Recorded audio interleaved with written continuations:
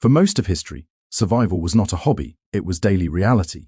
And medieval people developed brutally practical tricks that kept them alive without electricity, plastic, or modern technology. And the shocking truth is that many of those same methods still work better than modern conveniences. Today, the first survival trick was layered natural clothing, where medieval people wore wool, linen, and leather in multiple thin layers instead of one thick garment, trapping warm air while allowing moisture to escape, something modern synthetics still fail to do in extreme conditions. The second was food preservation through fermentation and drying, as medieval villagers relied on fermented milk, dried meats, and pickled vegetables to survive long winters, creating foods that resisted spoilage naturally while strengthening gut health. Unlike modern refrigerated food that collapses when power fails, the third was fire mastery without matches, using flint, steel, and tinder fungi, a skill that meant warmth, protection, and cooked food even in rain and wind, proving that knowing how to make fire from natural materials is still one of the most important survival abilities today. The fourth trick was building earth-insulated shelters, where medieval homes used thick stone, clay, and soil walls to regulate temperature naturally, staying warm in winter and cool in summer without heaters or air conditioners, something modern survivalists now try to copy with earthbag and cob houses. The fifth was herbal medicine knowledge, as medieval healers knew which plants stopped bleeding, reduced fever, healed wounds, and fought infection, knowledge that modern people have largely forgotten, while depending entirely on pills that may not exist in a collapse. These first 5 tricks reveal one hard truth: medieval survival was built on understanding nature deeply, not fighting against it, and that same understanding can still save lives today when modern systems fail.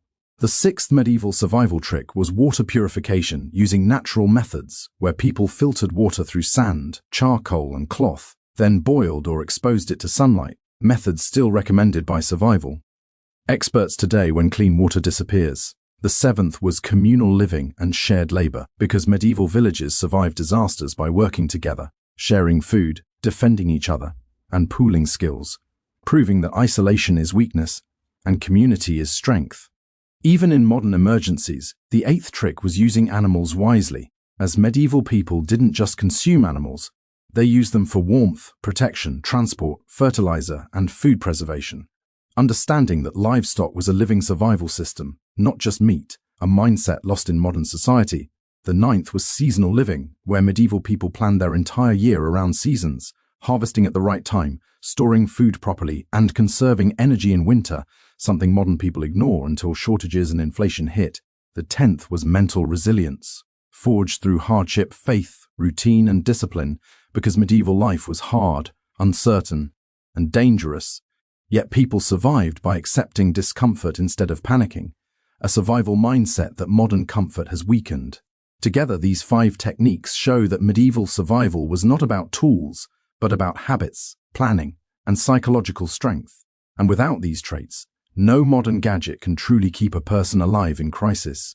What makes these medieval survival tricks so powerful is that they were designed for a world with no guarantees, no instant help, and no second chances. And that is exactly the kind of world modern people may face again during natural disasters, power failures, economic collapse, or supply shortages. Layered clothing still beats high-tech gear in cold, wet environments.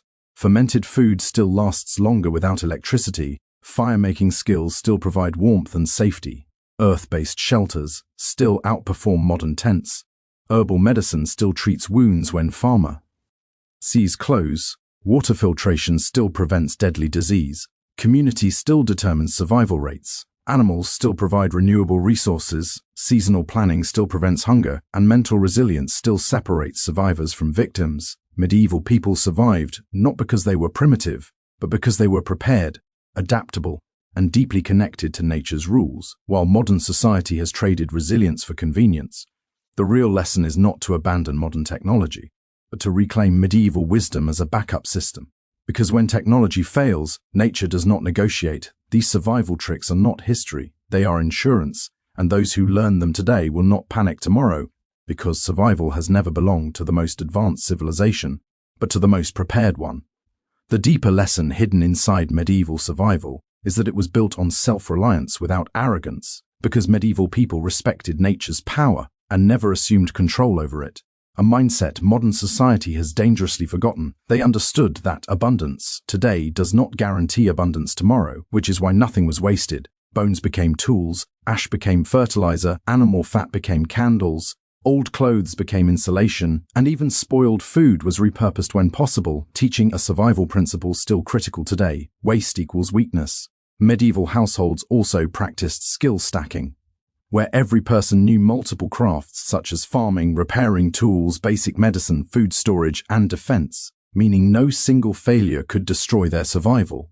While modern people often rely on one job and one system, another overlooked trick was low-energy living, where daily life was designed to conserve calories, fuel, and effort, proving that survival is not about doing more, but about doing only what matters, something.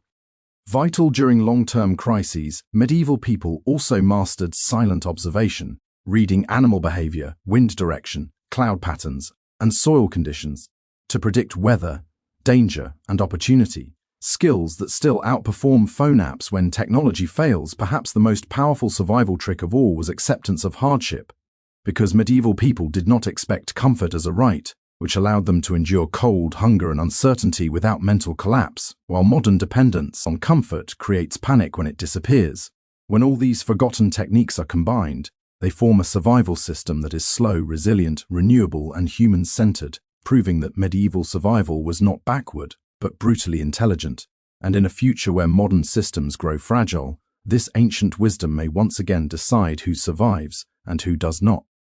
The final truth about medieval survival is that it was not designed for emergencies alone, but for a lifetime of uncertainty, and that is why it remains so relevant today, because medieval people did not wait for disasters to prepare, they lived prepared every single day. Their homes were built with repair in mind, their tools were made to be sharpened, not replaced, and their food systems were designed to function even when harvests failed, teaching a lesson modern society resists.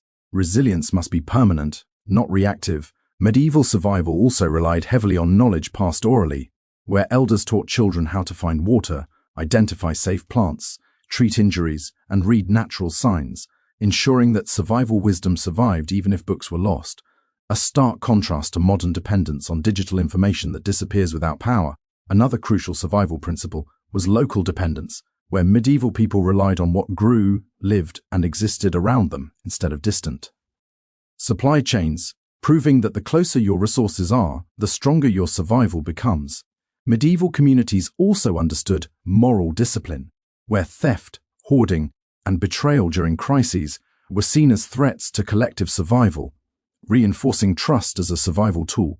Just as important as food or shelter, perhaps the most uncomfortable lesson is that medieval people accepted limits, understanding that growth without balance leads to collapse, a warning modern civilization continues to ignore. In the end, medieval survival was not about living in the past, but about building a future that could endure loss, failure, and change. And those who relearn these principles today are not preparing for fantasy collapse scenarios, but reclaiming a human survival blueprint that has already been tested by centuries of hardship and proven to wow. What truly separates medieval survival wisdom from modern survival thinking is that it focused on continuity instead of rescue, because medieval people knew no help was coming, no government aid, no emergency hotline, no instant recovery, and that knowledge shaped every decision they made. They designed life so that even if things went wrong, life could still continue at a slower but stable pace, which is why redundancy was everywhere.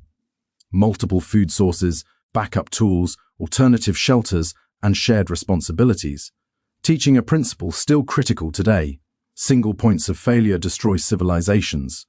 Medieval people also practiced intergenerational resilience, where survival knowledge, land, animals, and skills were protected for future generations, not consumed recklessly for short-term comfort, a mindset completely opposite to modern disposable culture.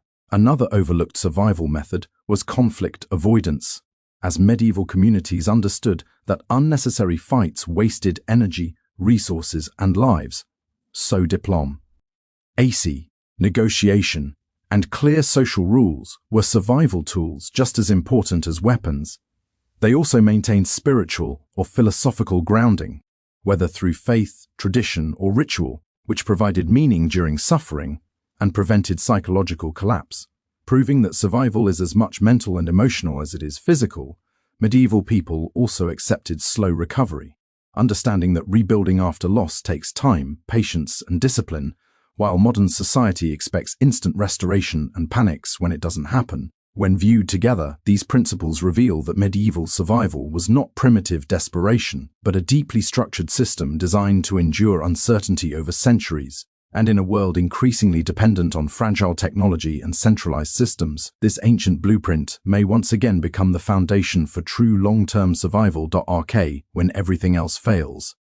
What truly separates medieval survival wisdom from modern survival thinking is that it focused on continuity instead of rescue, because medieval people knew no help was coming, no government aid, no emergency hotline, no instant recovery, and that knowledge shaped every decision they made. They designed life so that even if things went wrong, life could still continue at a slower but stable pace.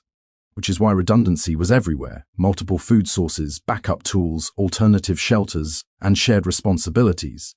Teaching a principle still critical today: single points of failure destroy civilizations. Medieval people also practiced intergenerational resilience, where survival knowledge, land, animals, and skills were protected for future generations, not consumed recklessly for short-term comfort, a mindset completely opposite to modern disposable culture. Another overlooked survival method was conflict avoidance, as medieval communities understood that unnecessary fights wasted energy, resources, and lives. So diplomacy, negotiation, and clear social rules were survival tools just as important as weapons. They also maintained spiritual or philosophical grounding, whether through faith, tradition, or ritual, which provided meaning during suffering and prevented psychological collapse, proving that survival is as much mental and emotional as it is physical. Medieval people also accepted slow recovery, understanding that rebuilding after loss takes time, patience, and discipline, while modern society expects instant restoration and panics when it doesn't happen. When viewed together, these principles reveal that medieval survival was not primitive desperation, but a deeply structured system designed to endure uncertainty over centuries. And in a world increasingly dependent on fragile technology and centralized systems, this ancient blueprint may once again become the foundation for true long-term survival. The most uncomfortable realization about medieval survival is that it demanded personal responsibility, because there was no system to blame when things failed, and this created individuals who understood that their daily choices directly affected their chances of survival. Medieval people trained their bodies through constant physical labor, not gyms, building strength, endurance, and resilience that modern sedentary lifestyles struggle to recreate, proving that survival fitness comes from function, not appearance. Another powerful survival principle was tool intimacy, where people knew every tool they owned, how to repair it, improvise with it, and replace it using local materials, unlike modern dependence on specialized tools that become useless when one small part breaks. Medieval survival also relied on land literacy, understanding soil quality, water flow, plant cycles, and animal patterns, allowing people to extract life from harsh environments, knowledge modern people have replaced with apps and machinery. They also practiced risk spreading, planting multiple crops, raising different animals, and storing food in separate locations so that one disaster could not wipe out everything, a strategy still used by modern survival planners. Perhaps the hardest lesson is that medieval people accepted inequality of effort, knowing survival rewards those who prepare more, work harder, and plan longer, not those who complain or wait, a truth modern culture often avoids. Taken together, these forgotten lessons show that medieval survival was not cruel, but honest, and in an uncertain future, honesty about responsibility, effort, and preparation may once again decide who survives and who does not.